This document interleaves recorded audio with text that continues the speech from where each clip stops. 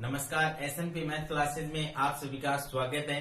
तो आज की क्लास में अपन देखते हैं अभाज्य गुणनखंड विधि से महत्तम समावर्तक यानी एचसीएफ और लघुत्तम समावर्तक यानी एलसीएम ज्ञात करना। तो देखिए अपने पास क्वेश्चन नंबर 3 है, प्रश्नावली 2.2 कक्षा 10 का पहला सवाल है। इसमें है 12, 15 और 21। तो सबसे पहले 12 के अभाज्य गुणनखंड करते हैं अपन। देखिए इकाई का अंक कितना है, सम है 2 है, तो ये 2 से विभाजित हो जाएगा तो ये 6, फिर 2 से हो जाएगा ये आ जाएगा 3, फिर 3 क्या है एक अभाज्य संख्या है तो 3 को 3 से विभाजित करेंगे तो क्या आ जाएगा 1 आ जाएगा, और जहां पे 1 आ जाएगा वहां पे ये प्रक्रिया समाप्त हो जाएगी। तो 12 को किस तरीके से लिख सकते हैं अपन, 2 गुणा 3 यानी 2 की घात 2 गुणा 3। आप देखते हैं 15, तो इसमें इकाई का अंक क्या है, विषम है, ठीक है, तो 2 से विभाजित नहीं होगा। तो देखते हैं 5 और 1 अंकों का योग कितना हो रहा है, 6 हो रहा है। 6 3 से क्या है पूर्णतः विभाजित है, तो इसको 3 से विभाजित कर देंगे, ये आएगा 5 और 5 आ गई अभाज्य संख्या, तो 5 एकम 5।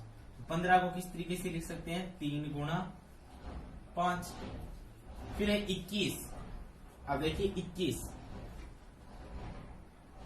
तो इसमें भी इकाई का अंक क्या रहा है, विषम आ रहा है। विषम आ रहा है तो अंकों का योग देखते हैं, 2 और 1 3, 3 से विभाजित होता है तो यह आ गया 7, और 7 क्या है एक अभाज्य संख्या, तो 7 एकम 7। तो 21 को अपन किस तरीके से लिख सकते हैं, 3 गुणा 7। आप देखिए एचसीएफ ज्ञात करते हैं। तो एचसीएफ कैसे ज्ञात करते हैं कि अपने पास ये 3 पूर्णांक हैं, इनके अभाज्य गुणनखंड में कौन सी संख्या कॉमन आ रही है। तो कॉमन संख्या कौन सी आ रही है, देखो इसमें 2, इसमें नहीं है, इसमें भी नहीं है। अब देखो इसमें 3, इसमें भी 3 है और इसमें भी 3 है, तो तीनों में क्या कॉमन आ रहा है, 3 कॉमन आ रहा है, ठीक है। और कुछ कॉमन आ रहा है क्या, कुछ नहीं आ रहा। और 3 की कितनी घात है, सभी में एक एक घात है, तो 3 की घात 1 कॉमन आ रहा है। इसका मतलब एचसीएफ कितना हो जाएगा इनका, 3। एलसीएम यानी लघुत्तम समावर्तक ज्ञात करते हैं। ये कैसे होगा कि जितनी भी संख्या अभाज्य गुणनखंड करने पर पूर्णांकों की आ रही है वो सारी संख्या एक बार लिखनी है। तो देखो पहले 2 लिखेंगे, फिर क्या आ रहा है 3, फिर 5 और फिर ये आ रहा है 7। अब क्या करना है कि इन संख्याओं की अधिकतम घात लेनी है। तो देखो 2 है, 2 की घात है, अधिकतम घात कितनी है इन सभी में 2। 3 की घात कितनी है 1, 5 भी कितनी बार है, एक बार है, और 7 भी एक बार है, तो यह आ जाएगा। अब इसको सरल करते हैं तो 2 का स्क्वायर कितना हो जाएगा, 4 गुणा 3, और 5 को और 7 को गुणा कर देंगे, कितना आ जाएगा 35। फिर 4 को 3 से करेंगे तो यह आ जाएगा 12, यह जाएगा 35। अब इसको गुणा करते हैं तो 12 पंजो 60 और 12 तिया 36, 36 और 6 कितने हो जाएंगे 42। तो इनका एलसीएम कितना आ जाएगा 420, और एचसीएफ कितना आ जाएगा 3।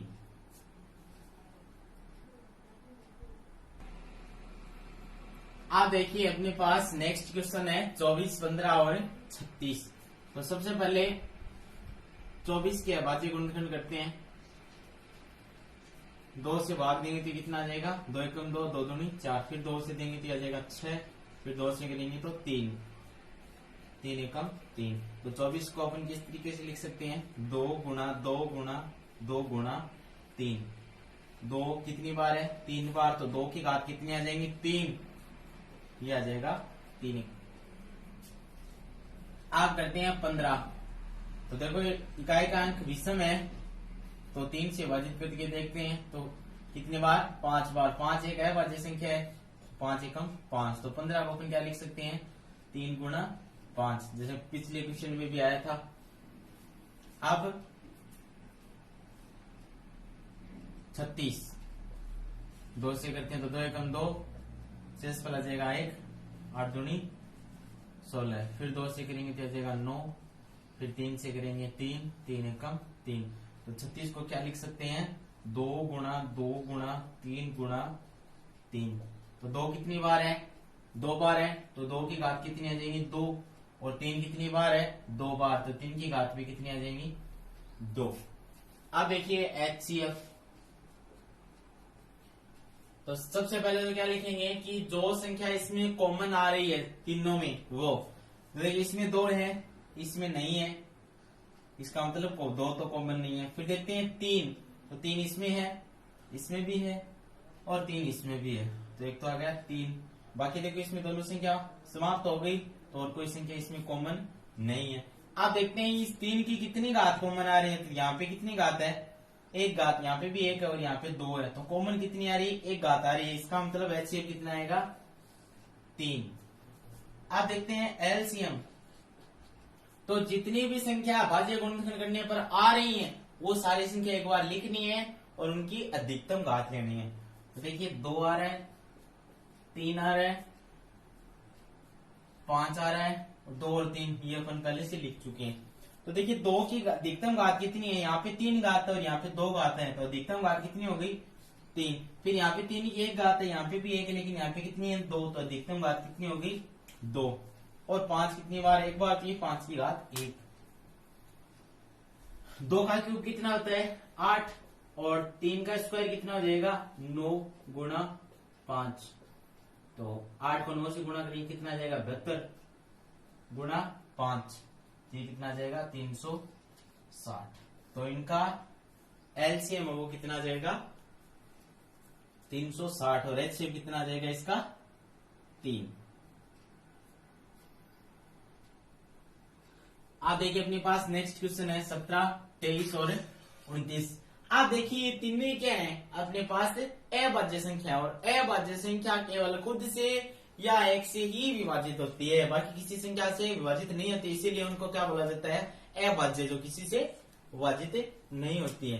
तो देखिए इनका अभाज्य गुणनखंड करेंगे तो केवल ये खुद से ही होता है, तो 17 को क्या लिख सकते हैं अपन, 17 गुणा 1। फिर 23 है, ये भी खुद से ही होगा, तो 23 को क्या लिख सकते हैं, 23 गुणा 1। उसके बाद में 29 है, तो ये भी खुद से ही होगा, तो 29 को क्या लिख सकते हैं, 29 गुणा 1। अब आपको एक बात याद रखनी है कि जितनी भी संख्या अपने को दे रखी है और उनका HCF अपने को बताना है, ठीक है, और वो सारी की सारी संख्या अभाज्य संख्या है, जितनी संख्या दे रखी है वो सारी क्या है, अभाज्य संख्या है। तो उस कंडीशन में उनका HCF क्या आएगा, हमेशा 1 आएगा। बहुत सारे स्टूडेंट ये गलती करते हैं कि कुछ भी कॉमन नहीं मिलता, अभी 17 का 17 ऐसा का ऐसा लिखते हैं यहाँ पे और 0 लिख देते हैं। तो किसी भी जो अपने पास जो पूर्णांकों का जो युग्म है उनका HCF वो 0 नहीं हो सकता कभी भी, ठीक है। तो अभाज्य संख्या यहाँ अपने पास दी गई है, तो उनका HCF हमेशा क्या होगा, 1 होगा।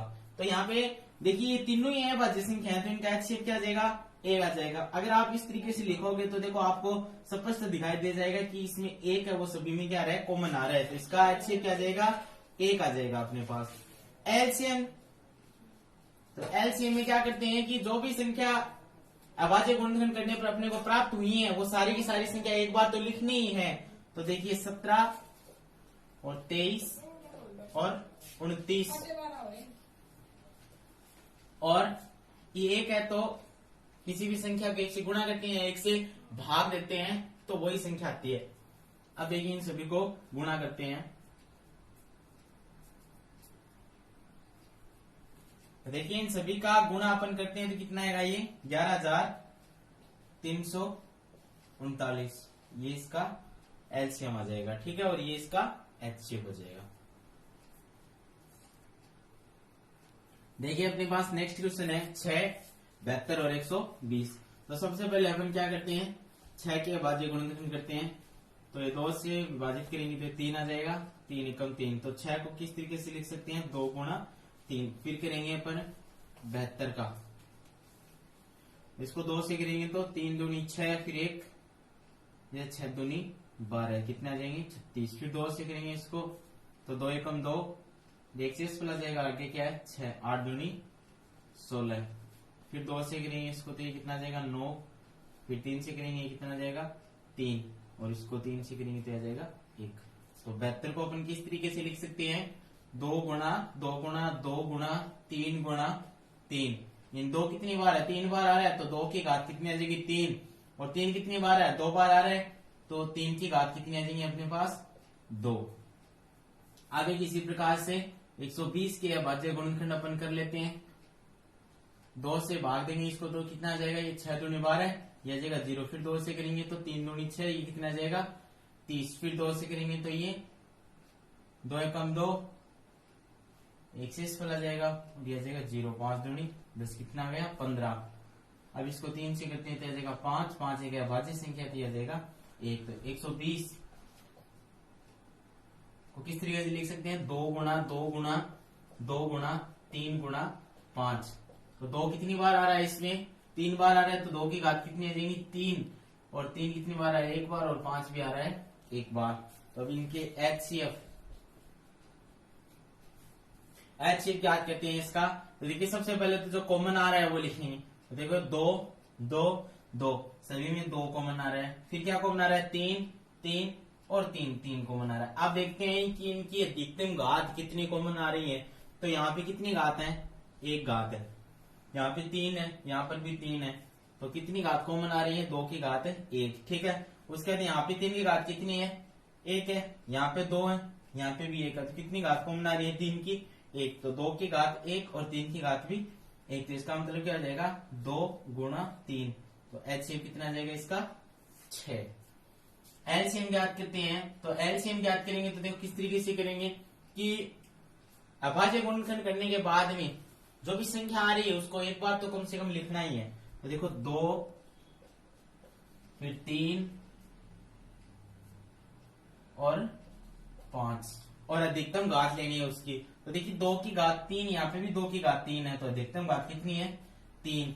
फिर देखिए 3 की यहाँ पे 1 घात है, यहाँ पे 2 और यहाँ पे 1 है, तो अधिकतम घात कितनी है 2। और 5 कितनी बार आ रहा है, 1 ही बार आ रहा है। तो 2 का क्यूब कितना हो जाएगा, 8 हो जाएगा।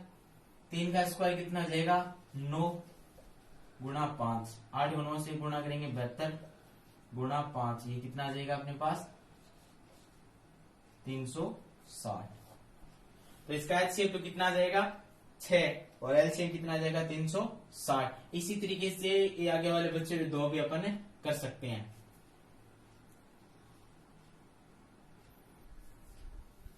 अब देखिए अपने पास ये नेक्स्ट क्वेश्चन था 40, 36 और 126। इनके अभाज्य गुणनखंड करेंगे अपन। तो देखिए 40 का अभाज्य गुणनखंड किया तो अपने पास कितना आया, 2 गुणा 2 गुणा 2 गुणा 5। इन 2 कितनी बार आ रहा है, 3 बार, तो 2 की घात कितनी आ गई 3 और ये आ गया 5। फिर 36 का अभाज्य गुणनखंड करेंगे अपन। तो क्या आ रहा है, 2 गुणा 2 गुणा 3 गुणा 3। 2 कितनी बार आ रहा है, 2 बार आ रहा है, तो 2 का स्क्वायर, और 3 भी कितनी बार आ रहा है 2 बार आ रहा है, तो यहाँ पे 3 का स्क्वायर। उसके बाद में 126 का अभाज्य गुणनखंड अपन करेंगे तो क्या आ रहा है, 2 गुणा 3 गुणा 3 गुणा 7। 2 एक बार आ रहा है, 2 एकम 2, और फिर क्या आ जाएगा, ये 3 कितनी बार आ रहा है, 2 बार आ रहा है, तो 3 का स्क्वायर आ जाएगा, ये आ जाएगा 7।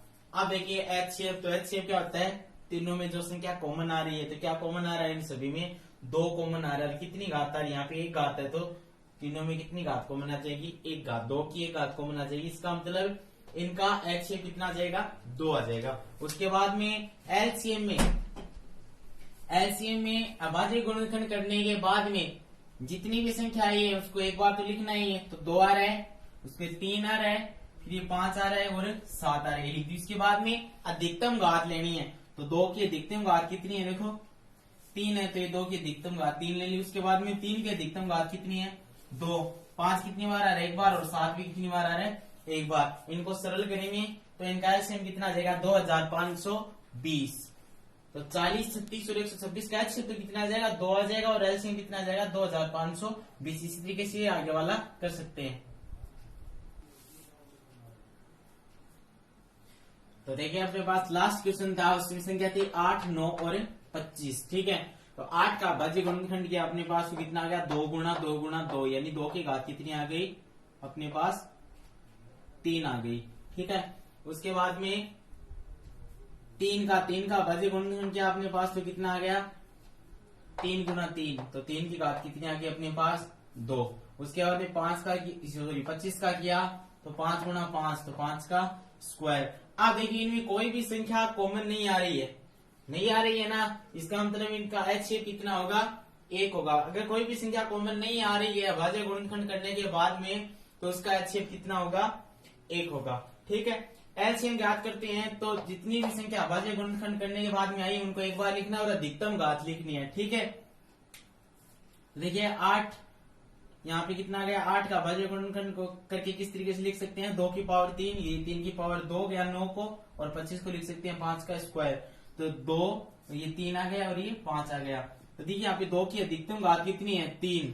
तो यहाँ पे ये गलती से 2 लिख दी, यहाँ पे कितनी आएंगी 3। उसके बाद में ये 3 का स्क्वायर और ये 5 का स्क्वायर, क्योंकि यहाँ पे अधिकतम घात कितनी है, 2 2 है दोनों की। तो 2 का क्यूब कितना होता है 8, और 3 का स्क्वायर कितना हो जाएगा 9, और 5 का स्क्वायर कितना हो जाएगा 25। अब 8 को 9 को गुणा करेंगे तो कितना आ जाएगा 72, और ये आ जाएगा 25। 72 को 25 से गुणा करेंगे तो कितना आ जाएगा अपने पास 1800। तो वीडियो को लाइक करें, चैनल को सब्सक्राइब करें और ज्यादा से ज्यादा शेयर करें आगे आने वाले वीडियो के लिए, और बेल आइकन को प्रेस